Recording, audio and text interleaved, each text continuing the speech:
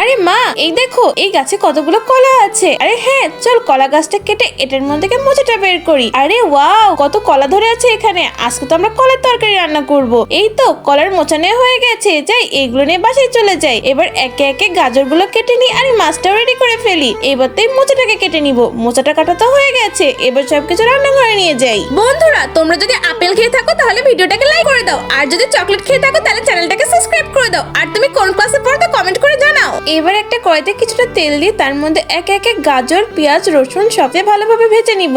এর মধ্যে নুডলসটাকেও দিয়ে দিব। এবার এই সবগুলো উপাদানকে মিশিয়ে নিই। এই তো আমার চাউমিন তো রান্না করা হয়ে গেছে, এদিকে তো আমার মাছটাও রান্না হয়ে গেছে। এবার একটা কড়াইতে একে একে কলার মোচা, হলুদ, লবণ, জিরা সবকিছু দিয়ে ভালোভাবে ভাজতে থাকবো। এই তো আমার কলার মোচাও তো রেডি হয়ে গেছে। আরে সবগুলো আইটেমই তো মনে হচ্ছে রেডি হয়ে গেছে। চম্পা, তোমার জন্য তো আমি এই চুড়িটা বানিয়েছি। থ্যাংক ইউ মা। আরে মা, দেখি চুড়িটা তো বেশ সুন্দর হয়েছে। এবার তাড়াতাড়ি খাবারগুলো টেস্ট করে বলো খাবারগুলো কেমন হয়েছে। আরে ওয়াও, এত খাবার, আমার তো দেখে খেতে ইচ্ছে করছে।